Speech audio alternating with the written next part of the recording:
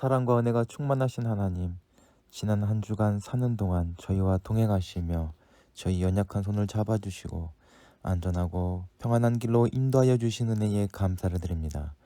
주님의 돌보심이 있었기에 한 주간을 견디었습니다.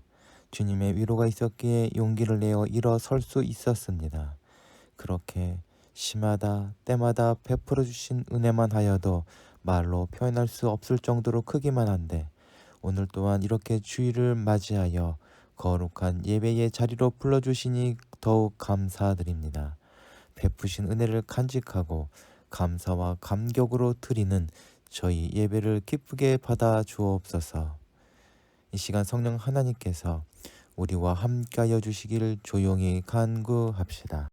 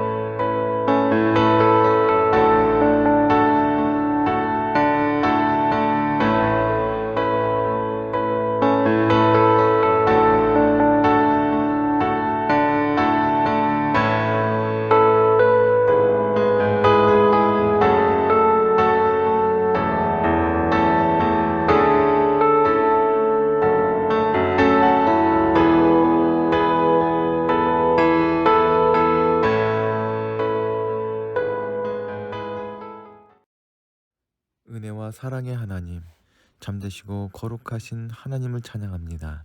홀로 모든 만물을 창조하시고 긍휼과 사랑으로 주님의 백성들을 안으사 안전한 곳에 두시어 보호하여 주신 것을 감사드립니다. 언제나 저희 소망이신 하나님을 찬양하기 원합니다. 창조의 능력으로 저희들 가운데 임재하사 저희 안에 새로운 마음을 창조하시고 하나님을 향한 열정과 사랑으로 저희를 붙들어 주시길 원합니다. 주님의 은혜로 한 주간을 보내고 이렇게 예배할 수 있음을 감사드립니다. 진실한 마음으로 회개하는 성도들을 외면하지 않으시는 하나님 아버지, 그 크신 사랑과 자비를 의지하여 저희 모든 죄와 허물을 고백하며 회개합니다.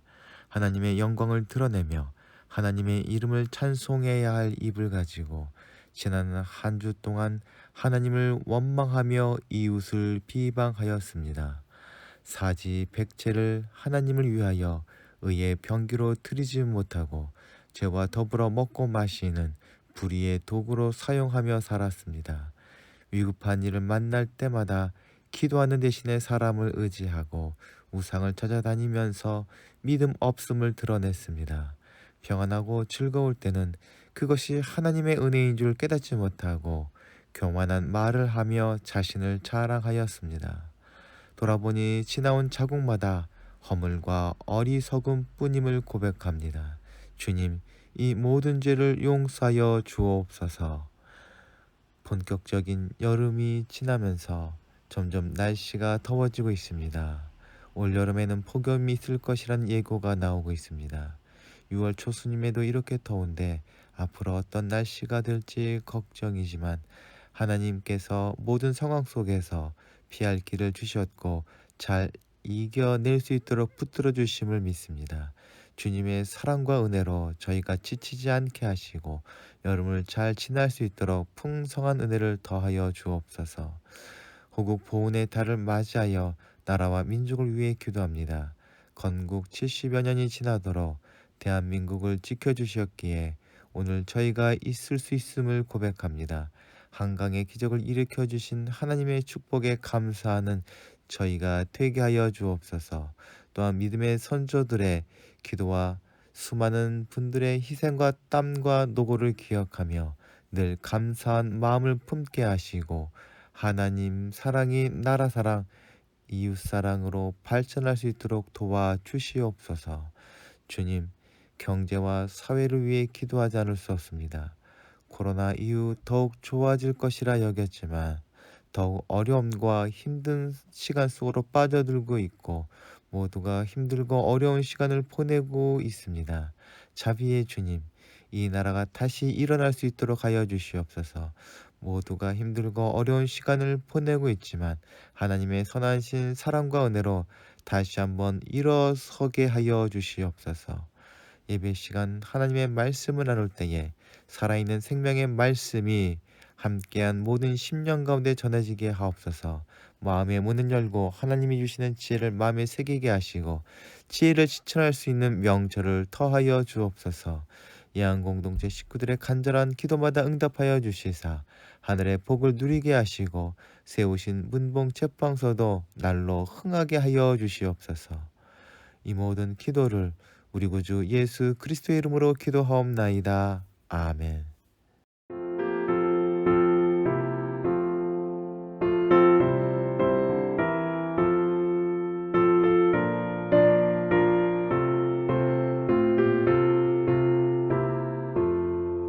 예수 따라가며 복음 순종하며 우리 행할 길 원하겠네.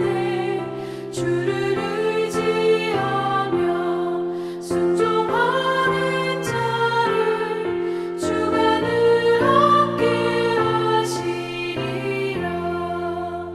의지하고 순종하는 길은 예수 안에 즐겁고 복된 길이로다. 해를 당하거나 우리 고생할 때 주가 위로해 주시겠네. 주를 의지하며 순종하는 자를 주가 위해 주시리라. 의지하고 순종하는 길은 예수 안에 즐겁고 복된 길이로다. 남의 짐을 지고 슬픔 위로하면 주가 상급을 주시겠네. 주를 의지하며 순종하는 자를 항상 복 내려 주시리라. 의지하고 순종하는 길은 예수 안에 즐겁고 복된 길이로다.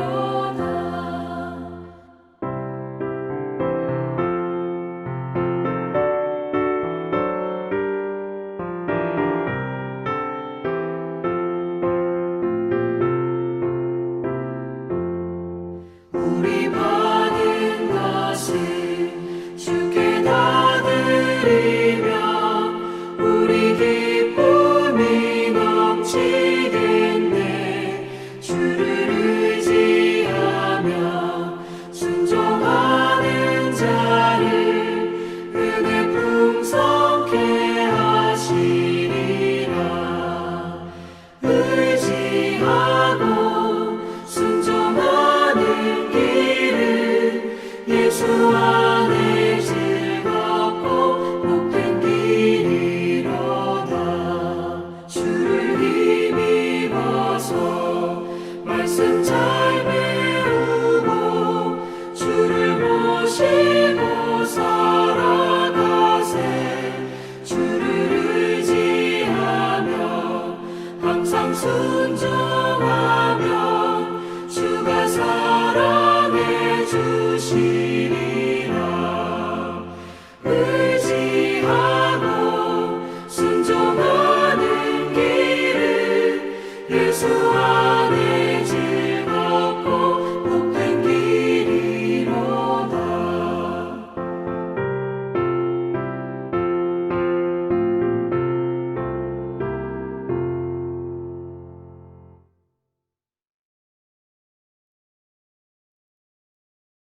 오늘 우리에게 주시는 하나님의 말씀은 마태복음 9장 9절부터 13절 그리고 18절부터 26절까지의 말씀입니다. 예수께서 거기에서 떠나사 길을 가시다가 마태라는 사람이 세관에 앉아 있는 것을 보시고 나를 따라오너라 하고 말씀하셨다. 그는 일어나서 예수를 따라갔다. 예수께서 집에서 음식을 드시는데 많은 세리와 죄인이 와서 예수와 그 제자들과 자리를 같이 하고 있었다. 바리새파 사람들이 이것을 보고 예수의 제자들에게 어찌하여 당신의 선생은 세리와 죄인들과 어울려서 음식을 드시오 하고 말하였다. 예수께서 그 말씀을 듣고 말씀하셨다. 건강한 사람에게는 의사가 필요하지 않으나 병든 사람에게는 필요하다. 너희는 가서 내가 바라는 것은 자비요 희생 제물이 아니다 하신 말씀이 무슨 뜻인지 배워라. 나는 의인을 부르러 온 것이 아니라 죄인을 부르러 왔다. 예수께서 이 말씀을 하실 때에 지도자 한 사람이 와서 예수께 절하며 말하였다. 내 딸이 방금 죽었습니다. 그러나 오셔서 그 아이에게 손을 얹어 주십시오. 그러면 살아날 것입니다.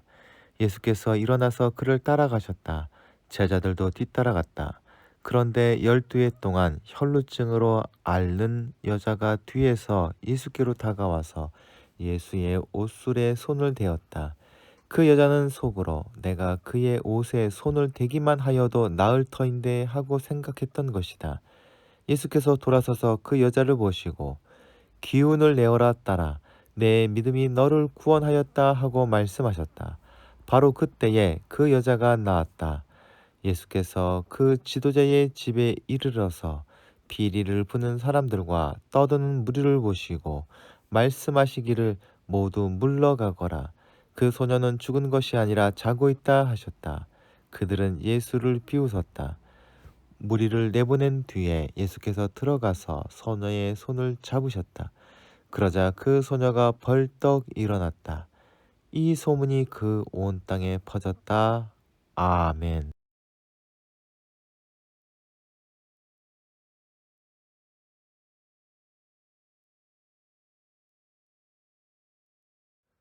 오늘날 많은 교회들과 기독교 관련 미디어가 있지만 세상 사람들은 예수님에 대한 오해가 많이 있음을 알게 됩니다.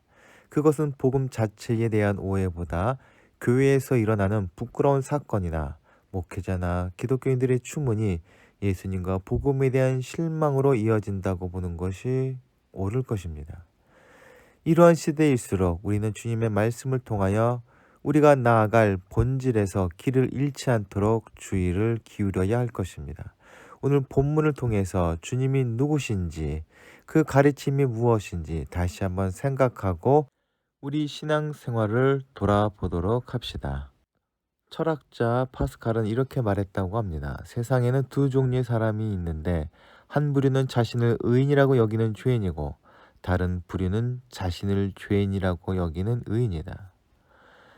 이런 모습은 신앙생활할 때 더욱 두드러지게 보이는 듯합니다. 주님이 오신 유대 땅은 어떻게 보면 이스라엘 역사상 가장 종교적인 곳이었습니다. 지금도 이스라엘은 전 세계적으로 보기 드문 종교적인 국가처럼 보이지만 예수님 당시는 더욱 강력한 종교 국가였습니다. 그런데 그렇게 종교적 열심이 강해질수록 종교는 부패하고 하나님을 향한 순수함은 사라져가고 있었습니다. 이스라엘의 모습은 단팥이 빠진 찐빵과 같이 하나님의 은혜와 영광 없이 율법에 매여 사랑이 없는 형식주의에 빠져들어가고 있었습니다. 대제사장은 부패하여 영적인 지위로 막대한 부를 축적하고 있었고 로마 통치 아래서 유대 지도자들은 로마와 타협하며 백성들의 고혈을 짜내는 일들이 많았습니다. 상류층이 종교적 특권을 이용하여 악을 행했다면 생존을 위해서 악을 행할 수밖에 없는 사람들도 있었습니다. 특별히 마태와 삭개오 같은 사람들은 유대인들이 손가락질했던 세리라는 직업으로 그 생계를 연명할 수밖에 없었습니다. 이런 상황 속에 예수님께서 오셔서 유대인들에게 하나님의 뜻과 계획을 오해하지 않도록 직접 보여주셨습니다.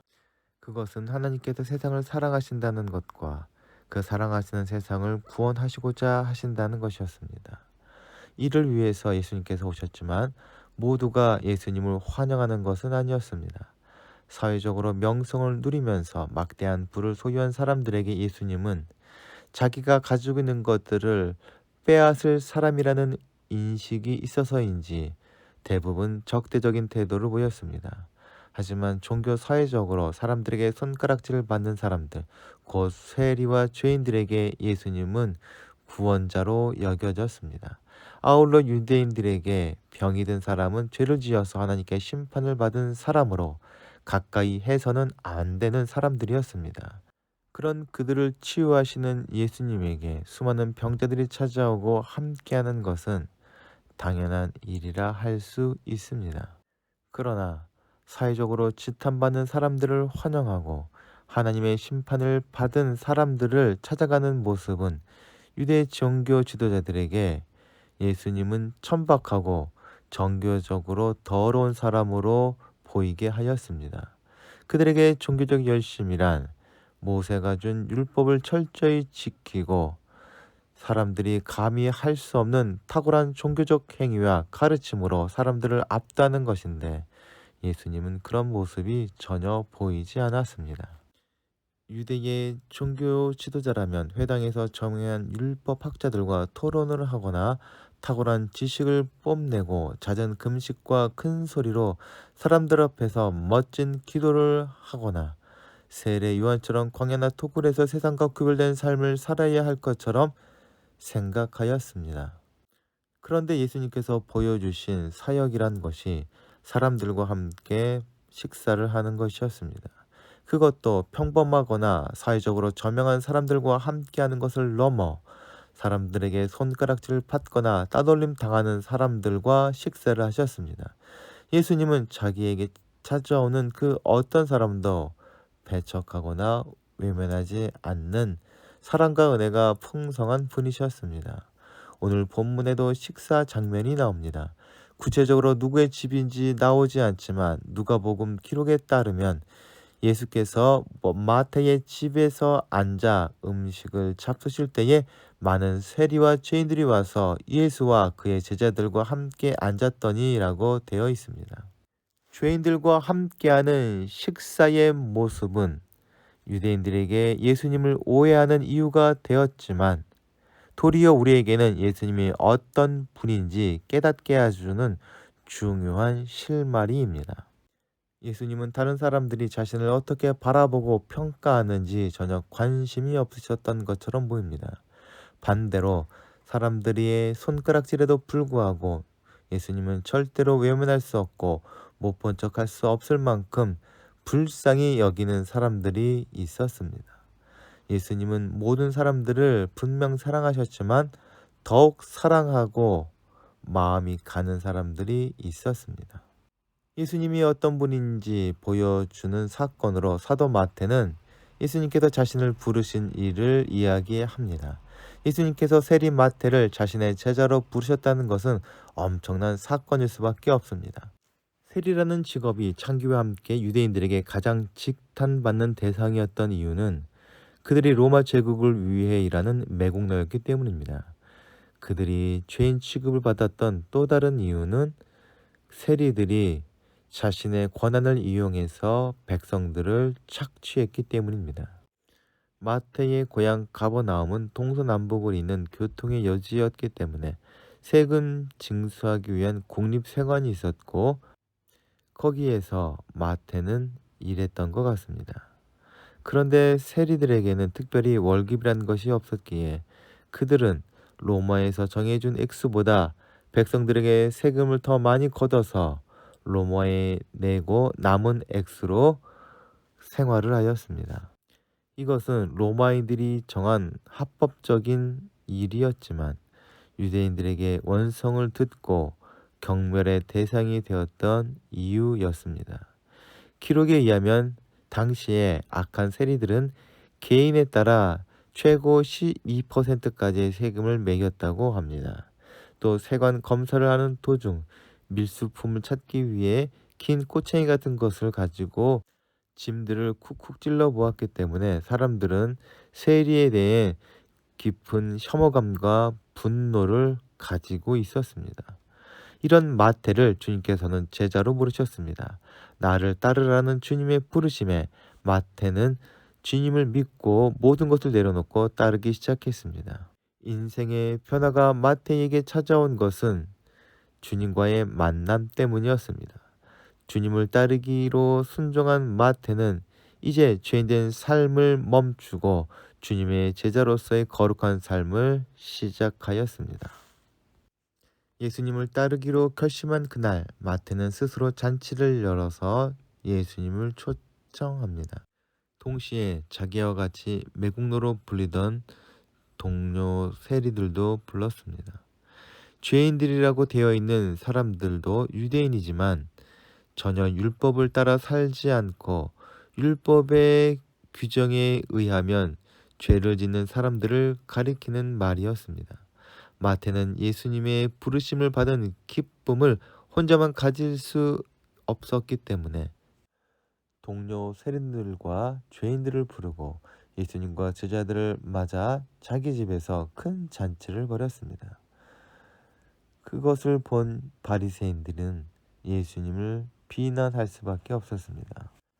바리새인들이 보고 그의 제자들에게 이르되 어찌하여 너희 선생은 세리와 죄인들과 함께 잡수시느냐.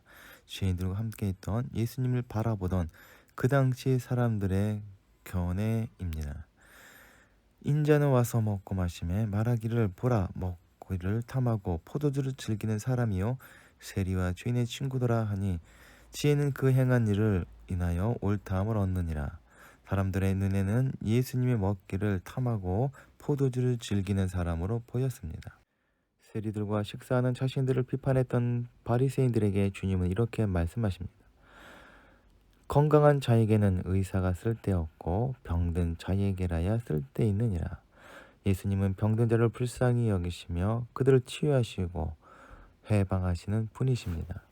우리를 비롯한 세상 사람들은 주님의 도우심이 없이는 단 하루도 살아갈 수 없는 존재들입니다. 그것을 아는 사람과 깨닫지 못하는 사람이 있을 뿐입니다. 아는 사람이 그리스도인이 되고 깨닫지 못하는 사람들이 예수님을 영접하지 못하는 것입니다. 예수님은 세상의 모든 사람을 부르러 오셨지만 그 부르심에 응답하는 사람들은 언제나 소수였습니다. 하나님에게 있어서 사람들을 분류하는 기준은 죄인과 의인이 아니라 자신을 찾느냐 찾지 않느냐의 구분이 있을 따름입니다. 마태는 이제 세상에서 가장 간절하게 예수님을 찾을 것 같은 사람을 이야기합니다. 예수님 뒤쪽으로 와서 그 겉옷을 만진 사람이 있는데 그녀는 12년 동안 혈루증을 앓던 여인이었습니다. 이 여인이 앓았던 세월이 12년이라는 것은 물리적인 기간을 의미하기도 하지만 그녀가 극한의 고통의 시간을 보내었음을 의미합니다.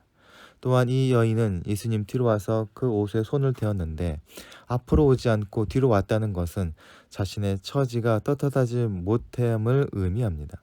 유대인들은 하혈하는 여인과 접촉하는 것을 부정하다고 생각했고 여인의 부정한 하혈은 죄의 상징으로 여겨졌습니다. 그래서 여인은 떳떳하게 앞으로 나아가지 못했습니다. 그러나 예수님께 나아가는 것은 절대로 포기할 수 없었습니다. 마침내 여인은 예수님의 옷을 잡을 수 있었고 그리고 치유를 얻었습니다. 예수님께서는 부정한 그녀가 자신을 만지는 것을 나무라지 않고 오히려 구원을 받았다고 말씀해 주셨습니다. 아울러 딸아라고 아주 따뜻하게 부르셨습니다. 즉 세상 모든 사람으로부터 버림받았던 여인을 하나님의 가족으로 품어주신 것입니다. 그리고 예수님께서 세상을 향해 어떤 시각과 마음을 가지고 계시는지 알려주며 또 어떤 분인지 확실하게 보여주는 장면을 마태는 이어서 기록하고 있습니다. 예수님께서 바리새인들과 논쟁할 때에 유대 지도자 한 사람이 죽은 자신의 딸을 살려달라고 말합니다. 그가 예수님을 찾아와 절하면서 말하였다는 것을 볼 때 그의 간절함을 우리는 느낄 수 있습니다. 예수님께서 그 지도자의 집에 도착할 때에 장례 절차가 진행되고 있었습니다. 예수님께서는 그 사람들을 보시고 소녀가 죽은 것이 아니라 잔다라고 말씀하시자 그들은 비웃었습니다. 그들의 생각에 어이가 없었을 것입니다. 모든 사람들이 소망이 없다 외면하고 버릴지라도 예수님은 그 어떤 사람도 포기하지 않으시고 찾아가시는 분이심을 우리들에게 보여줍니다. 예수님께서는 소녀의 손을 잡는 것을 주저하지 않으셨는데 유대인들이 시신의 손을 대는 것을 부정한 것으로 여겼다는 것을 생각할 때에 이것은 놀라운 일이 아닐 수 없습니다. 예수님께서는 그 궁일함과 사랑의 손길로 소녀를 일으키신 것입니다. 그리고 죽은 소녀를 살리셨다는 이야기가 많은 지역에 퍼진 것은 자연스러운 일일 수밖에 없습니다. 마태는 오늘 본문을 소문이 온 땅에 퍼졌다는 말로 마무리합니다. 그 소문이 어떤 소문이었을지 상상해 봅시다. 세리와 죄인과 함께 하실 정도로 사랑이 많으신 분이라는 소문이 났을 것 같습니다. 가난한 사람, 사람들에게 손가락질 받던 사람들, 이방인들 등 사회에서 소외당해서 사랑받지 못하고 긍휼히 여김을 받지 못했던 사람들이 그 소문을 듣고 사랑과 위로를 찾아서 주님께로 왔을 것입니다. 그리고 주님의 옷자락을 만진 혈루병 걸린 여인이 그 중한 병에서 노임을 받고 죽은 소녀를 살리셨다는 소문이 퍼졌을 때에 무거운 질병 가운데 신음하던 사람들, 아무런 인생의 소망이 없는 사람들이 주님을 찾아와 생명의 충만함을 얻고자 했을 것입니다.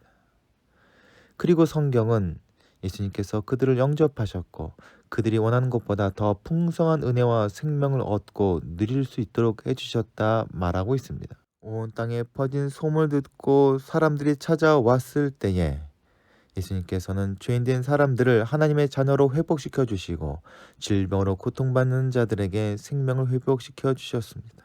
이에 비하여 오늘날 교회는 어떤 소문이 나고 있는지, 어떤 사람들이 찾아오고 있는지 스스로 돌아봐야 할 때일 것입니다. 우리의 삶은 어떤 모습이었습니까?